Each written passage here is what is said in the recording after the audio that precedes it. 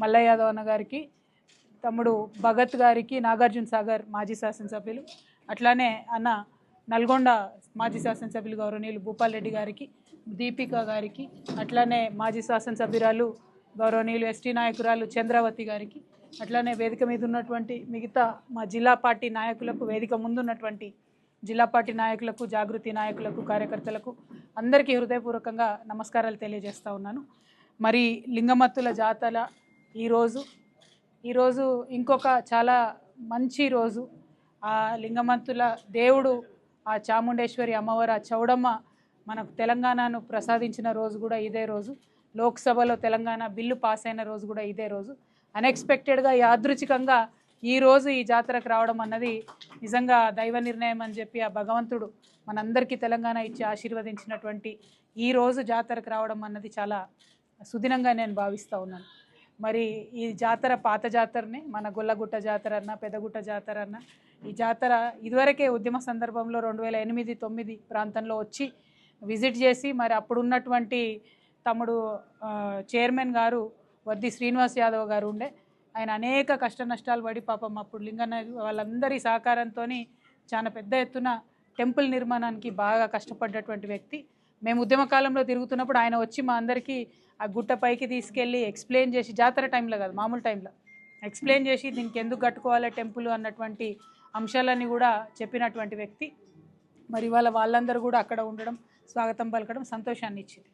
మరి ఇవాళ సూర్యాపేట జిల్లా అనేటటువంటిది సపరేట్ జిల్లా అయిందంటే కేవలం తెలంగాణ రాష్ట్రం అనేటటువంటిది రావడం వల్ల మాత్రమే సూర్యాపేట సపరేట్ జిల్లా అయింది. ఇక్కడ ఉన్నటువంటి ప్రెస్ మిత్రులందరికీ కూడా తెలుసు, మీకు ఎన్నడో దాదాపు 40-50 సంవత్సరాలు మొత్తం పరిపాలన చేసినటువంటి కాంగ్రెస్ కావచ్చు, మిగతా సంవత్సరాలు పరిపాలన చేసినటువంటి టీడీపీ కావచ్చు, ఎన్నడూ కూడా సూర్యాపేటకు ఒక మెడికల్ కాలేజ్ కావాలనేటటువంటి ఆలోచన చేయలేదు. నిజానికి ఎంతోమంది ప్రైవేట్ వ్యక్తులు వచ్చి సూర్యాపేటలో, అంటే చాలామంది ఎన్ఆర్ఐలు ఉన్నారు ఇక్కడ, వాళ్ళు వచ్చి మేము ఇక్కడ కాలేజ్ పెడతామంటే కూడా ఆనాటి నాయకత్వాలు వాళ్ళని పెట్టనీయకుండా చేసిండ్రని వాళ్ళు ఓపెన్గా చాలా సందర్భాల్లో హైదరాబాద్లో, యూఎస్లో కలిసినప్పుడల్లా చెప్తూ ఉంటారు. మరి వాళ్ళ మీరు చూసినట్టయితే సూర్యాపేటలో ప్రైవేట్ మెడికల్ కాలేజ్ కాదు, ప్రభుత్వ మెడికల్ కాలేజ్, అంటే ప్రజలకు అందుబాటులో ఉండేటట్టుగా మీ తెలంగాణ ప్రభుత్వమే కేసీఆర్ గారి ఆధ్వర్యంలో మరి మెడికల్ కాలేజ్ సాధించుకొని రావడం అని అంటే ఎంత అద్భుతమైనటువంటి విజయం, తెలంగాణ వచ్చినటువంటి ఫలం ఏంది అన్నటువంటిది సూర్యాపేట ప్రజలు గమనిస్తూ ఉన్నారు. ఇవాళ ఇక్కడ మనం బీఆర్ఎస్ పార్టీ ఆఫీస్లో ఉన్నాం, పక్కకే కమిషనరేట్, పక్కకే ఎస్పీ ఆఫీస్ ఉన్నది. నిజంగా ఎస్పీ ఆఫీస్ చూస్తుంటే అయితే వేరే ఉత్తర భారతదేశంలో చిన్న చిన్న రాష్ట్రాలలో సెక్రటేరియట్లు కూడా అంత మంచిగా ఉన్నాయి, అంత బాగుంది ఎస్పీ ఆఫీస్. అయితే ఇట్లా ఒక్కొక్కటి అడుగడుగున తెలంగాణను అభివృద్ధి చేసుకుంటూ పోయినాం. ఇక మీకు హాస్టళ్ళ గురించి నేను చెప్పే పని లేదు, గుడ్డి లెక్క. ఏ నియోజకవర్గం తీసుకున్నా ఖచ్చితంగా 2 బీసీ హాస్టళ్ళు, 4 ఎస్సీ హాస్టళ్ళు, ఎస్టీ హాస్టళ్ళు ఉండాల్సిందే, మైనారిటీ హాస్టల్స్. అంటే కేసీఆర్ గారు కేజీ టు పీజీ ఏదైతే నా బిడ్డలకు నేను విద్య ఇచ్చుకోవాలనుకున్నారో ఆ కళలో భాగంగా అనేకమైనటువంటి హాస్టల్ పెట్టుకుంటూ పోయినారు. పెట్టినటువంటి ఆ హాస్టళ్లను 1000-1200 పైచిలకు హాస్టళ్లలో 1000కి పైగా జూనియర్ కాలేజెస్ కూడా పెట్టుకున్నాం మనం. డిగ్రీ హాస్టల్స్ ఎప్పుడు కూడా ఎస్టీ డిగ్రీ హాస్టల్స్ లేవు మనకు, ఎప్పుడు కూడా గవర్నమెంట్ నుంచి ఎస్సీ డిగ్రీ హాస్టల్స్ లేవు. కానీ మహిళలకు ప్రత్యేకంగా జిల్లా హెడ్ క్వార్టర్స్లో 27 ఎస్టీ మహిళా డిగ్రీ హాస్టల్ ఇచ్చినటువంటి ఏకైక ప్రభుత్వం కేసీఆర్ గారి ప్రభుత్వం. అంటే ఒక ఆర్ద్రతతోని, ఒక ప్రేమతోని, ఒక గౌరవంతోని నా తెలంగాణలో ఏ మూలకున్న బిడ్డైనా బాగుండాలనేటటువంటి ఉద్దేశంతో చేసినటువంటి పరిపాలన కేసీఆర్ గారిది. మరి ఇవాళ పరిపాలన చూస్తుంటే ఎవడెక్కడన్నా జావని, ఏ మూలకు ఎవడన్నా ఏడవని నాకు సంబంధం లేదు.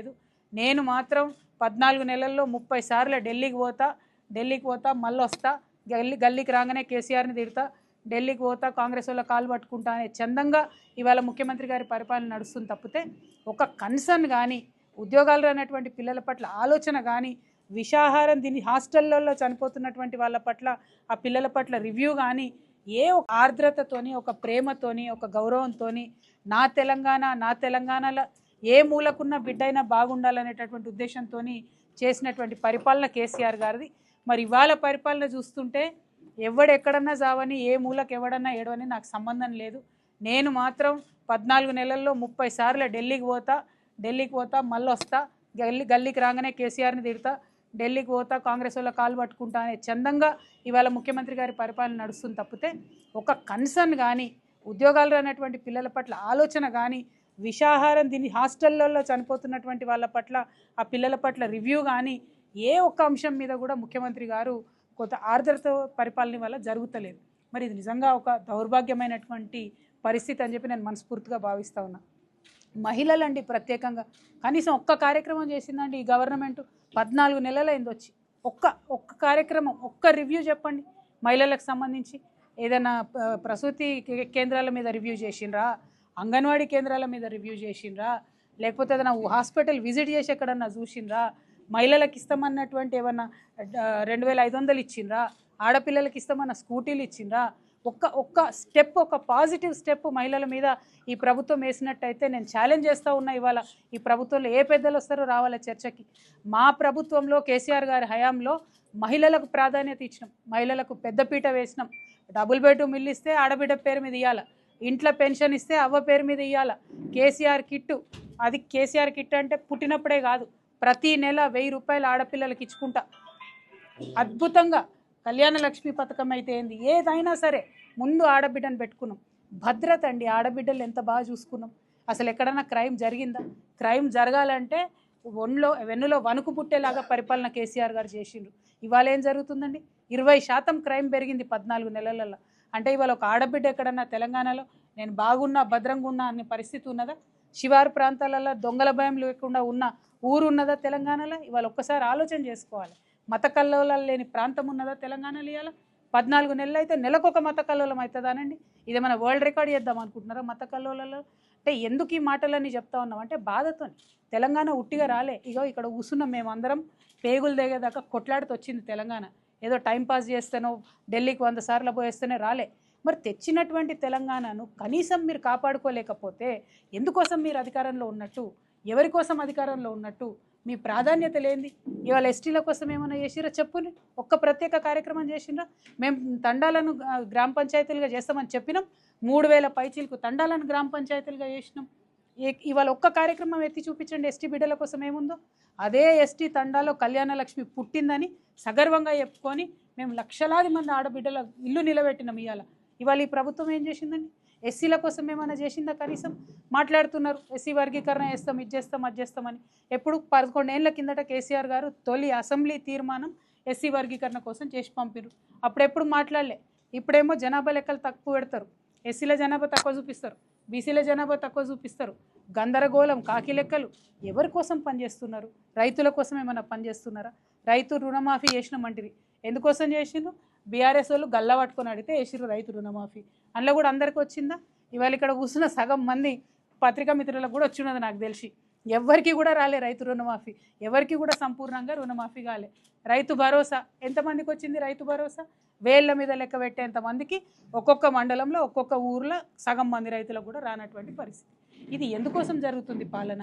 ఇవాళ సూర్యాపేట జిల్లా ఉందండి, ఎంత గర్వంగా చెప్పుకోవాలి మనం. కొత్త జిల్లా సూర్యాపేటలో కాళేశ్వరం గడితే గోదావరి నీళ్లు సూర్యాపేటలో ప్రతి గ్రామంలో గలగల పారించినటువంటి ఘనత కేసీఆర్ గారిది. ఇది కృష్ణా పరివాహక ప్రాంతం అయినప్పటికీ గోదావరి నుంచి నీళ్లు తీసుకొచ్చి ఎస్ఆర్ఎస్పి స్టేజ్ 2 కింద ప్రతి నియోజకవర్గానికి మొత్తం యావన్ తుంగతుర్తి. ఇవాళ ఇక్కడ మా తమ్ముడు కిషోర్ కూర్చొని ఉన్నాడు, తుంగతుర్తి అంతా కూడా నీళ్లు వారించినటువంటి ఘనత కేసీఆర్ గారు. సూర్యాపేట, కోదాడ ప్రతి ఒక్కటి ఇలా లెక్కలు తీసుకొచ్చిన చెప్పాలి. ఇవాళ సూర్యాపేటలో రైతులకు అర్థం కావాలి. ఎందుకోసం ఈ మాట చెప్తా ఉన్నా అంటే తుంగతుర్తి నియోజకవర్గంలో రైతులకు అర్థం కావాలి. ఎందుకోసం ఈ మాట చెప్తా ఉన్నా అంటే తుంగతుర్తి నియోజకవర్గంలో మీరు చూస్తే ఎస్ఆర్ఎస్పి స్టేజ్ 2 కింద అన్న మల్లన్నవారి కోదాడ నియోజకవర్గంలో 42,796 ఎకరాలకు నీళ్ళు ఇచ్చినాం. Only SRSP stage 2. ఇది ఓన్లీ కోదాడ నియోజకవర్గం చెప్తా ఉన్నాను నేను. మళ్ళీ దాంతోపాటు నాగార్జున సాగర్ కాలువ అట్లానే ట్రాన్స్మిషన్ లాసెస్ లేకుండా చేసినటువంటి కార్యక్రమాలతోని అదనంగా ఇంకో 80,000 ఎకరాలకు నీళ్ళు ఇచ్చినాం. అంటే కేవలం ఒక కోదాడ నియోజకవర్గంలో 1,22,000 ఎకరాల పైచిలకు కేసీఆర్ గారి హయాంలో కాళేశ్వరం స్టేజ్ 2 నుండి తీసుకొచ్చి కోదాడ నియోజకవర్గంలో నీళ్ళు ఇచ్చినాం. ఇవాళ నేను ఛాలెంజ్ చేస్తూ ఉన్నా, ఉత్తమ్ కుమార్ రెడ్డి గారు ఇరిగేషన్ మినిస్టర్గా ఉన్నారు, ఎందుకు తెస్తలేరండి నీళ్ళు? ఇవాళ ఏం పాడైపోయిందా మేడిగడ్డ? చెప్తున్నారు కదా, ప్రతి ఒక్క ఇంజనీర్ చెప్తున్నాడు వాడుకునేటటువంటి పరిస్థితి ఉంది. మేడిగడ్డ బరాజ్ను కేవలం కక్షతోని మీరు వాడతలేరని చెప్తున్నారు. ఇవాళ తక్షణమే వాడండి. ఇంకా 40 రోజులు నీళ్ళు ఇవ్వాల్సినటువంటి పరిస్థితి ఉన్నది. అంతకుముందు 110 రోజులు వరుసపెట్టి నీళ్ళు ఇచ్చేవాళ్ళం మనం, ఇస్తేనే ఇవన్నీ పారకం జరిగింది. ఇవాళ ఇంకా 40 రోజులు నీళ్ళు ఇస్తే పంటలు ఏమన్నా బతికే అవకాశం ఉంటుంది. పోయినసారి ఇట్లనే ఆశ పెట్టిండ్రు, నీళ్ళు ఇస్తాం పంటలేండి, నీళ్ళు ఇస్తాం పంటలేండి అంటే సూర్యాపేట మహబూబాబాద్ కలిపి 4 లక్షల ఎకరాలలో రైతులు నీళ్ళు వేసుకున్నారు, మొత్తం ఎండిపోయింది. ఆ ఉసురు కాంగ్రెస్ పార్టీకి తగలకుండా మానదని చెప్పి నేను ఇవాళ హెచ్చరిక చేస్తూ ఉన్నాను. అదేవిధంగా మీరు చూసినట్టయితే సూర్యాపేట నియోజకవర్గంలో ఎస్ఆర్ఎస్పి స్టేజ్ 2 కింద 75,849 ఎకరాలకు కేవలం ఎస్ఆర్ఎస్పి స్టేజ్ 2 కింద సూర్యాపేటకు తీసుకొచ్చినాం. నాగార్జున సాగర్ ఎడమ కాలువ మూసి ప్రాజెక్టు కలుపుకొని 1,03,000 ఎకరాలకు సూర్యాపేట నియోజకవర్గంలో మనం నీళ్ళు ఇచ్చుకోవడం జరిగింది. అదేవిధంగా తుంగతుర్తి నియోజకవర్గంలో కేవలం ఎస్ఆర్ఎస్పి స్టేజ్ 2 కింద 94,230 ఎకరాలు ఎస్ఆర్ఎస్పిలో నీళ్ళు ఇస్తే మరి అద్భుతంగా 2 పంటలకు తుంగతుర్తిలో మనం నీళ్ళు ఇచ్చుకున్నాం. ఇవాళ బాధాకరం ఏంటంటే మొత్తం శ్రీశైలం నిల్వ కెపాసిటీ ఏదైతే ఉంటుందో అది 215 టీఎంసీలు ఉంటే ఇప్పుడు పరిస్థితి 81 టీఎంసీలు ఉంది అక్కడ. అదేవిధంగా నాగార్జున సాగర్లో మొత్తం నీటి నిల్వ కెపాసిటీ 312 టీఎంసీలు ఉంటే ఇప్పుడు ప్రస్తుతం ఉన్న నిల్వ 182 టీఎంసీలు. అంటే విషయం ఏంటి అంటే హైదరాబాద్, ఖమ్మము, నల్గొండ తాగునీటికి కూడా ఇబ్బంది అయ్యేటటువంటి పరిస్థితి ఉన్నది. కానీ ఒక ముఖ్యమంత్రి గారు ఒక రివ్యూ పెట్టినరా, నిన్నగాక మొన్న రివ్యూ పెట్టిండ్రు. ఏమన్నాడు, మొత్తం కలెక్టర్ల మీద దోషేసి కలెక్టర్లు ఏసీ రూమ్లలో కూర్చుంటుండ్రు, వాళ్ళు బయటకు పోతలేరు, వాళ్ళకి ఆలోచన లేదు, కలెక్టర్లే రివ్యూ చేసి జిల్లాలలో నీళ్ళు ఇవ్వాలన్నట. మరి ఈ ప్రభుత్వానికి ఒక జల విధానం అంటూ లేదా? ఈ ప్రభుత్వానికి ఒక ఆలోచన లేదా?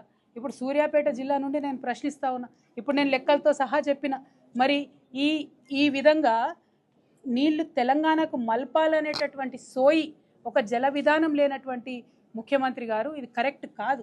ఇప్పటికన్నా ఆలోచన చేయండి. ఎందుకు ఒక పక్క మనకున్నటువంటి మేడిగడ్డను వాడుకోక మీరు మన వాళ్ళని ఎండబెడుతున్నారు, ఇంకో పక్కన ఏం జరుగుతుంది, ఆంధ్రప్రదేశ్ దారుణాతి దారుణంగా 199 టీఎంసీలతోని కొత్త ప్రాజెక్టు కట్టుకుంటాం బంకచెర్లలో అని చెప్పి చంద్రబాబు నాయుడు గారు ఉత్తరం పట్టుకొని మోడీతో రోజు ఆయన ప్రయత్నం చేస్తున్నాడు, పైరవీలు చేస్తున్నాడు. మన ముఖ్యమంత్రి గారు కనీసం ఇప్పటిదాకా నాగార్జున సాగర్ని కూడా మన రాష్ట్ర హయాంలోకి తెచ్చుకోలేకపోయినాడు. ఇవాళ నాగార్జున సాగర్ నీళ్లు లేకపోతే, నీకు కాళేశ్వరం నుంచి నీళ్లు రాకపోతే మన పరిస్థితి ఏమవుతుంది, ఎట్లా ఉంటుంది? తెచ్చుకున్న తెలంగాణ ఎవరి కోసం? ఇది దయచేసి సీరియస్గా ఆలోచించాలి. నేను ఉత్తమ్ కుమార్ రెడ్డి గారిని దీనికి సంపూర్ణంగా బాధ్యత వహించాలని నేను డిమాండ్ చేస్తూ ఉన్నా. ఇవాళ సూర్యాపేట జిల్లాలో పంటలు ఎండిపోతున్నాయంటే ఆ పాపం ఆ ఉసురు ఉత్తమ్ కుమార్ రెడ్డి గారికి తగులుతుంది. ఈ జిల్లా మంత్రి అయ్యుండి, రాష్ట్ర ఇరిగేషన్ శాఖ మంత్రి అయ్యుండి కనీసం జిల్లాలో నీటి పారకం పైన శ్రద్ధ లేనటువంటి మంత్రి గారు ఉన్నా ఒకటే లేకున్నా ఒకటే అనేటట్టుగా ప్రజలు ఆలోచన చేస్తున్నారు. కాబట్టి దీని మీద శ్రద్ధ పెట్టమని మేము డిమాండ్ చేస్తూ ఉన్నాం. అట్లాగే చెప్పుకుంటూ పోతే ఏదో అంటారు కదా, చాంతాడంత స్టోరీ ఉంది వీళ్ళ ఫెయిల్యూర్ స్టోరీ. అల్టిమేట్గా ఒకటే, కాంగ్రెస్ పార్టీకి ప్రజలు ఒక మంచి అవకాశం ఇచ్చినందుకు దాన్ని సద్వినియోగం చేసుకొని సూర్యాపేట జిల్లాను డెవలప్మెంట్ తీసుకెళ్ళండి, తెలంగాణ వ్యాప్తంగా డెవలప్మెంట్ వైపు తీసుకెళ్ళండి. పొద్దుగాలు లేస్తే కేసీఆర్ని తిట్టుకుంటూ తిరిగితే మీకు ఒరిగేదేం లేదు, వచ్చేదేం లేదు. ప్రజలకు బోర్ కొట్టి రేవంత్ రెడ్డి గారు కనవడంగానే టీవీ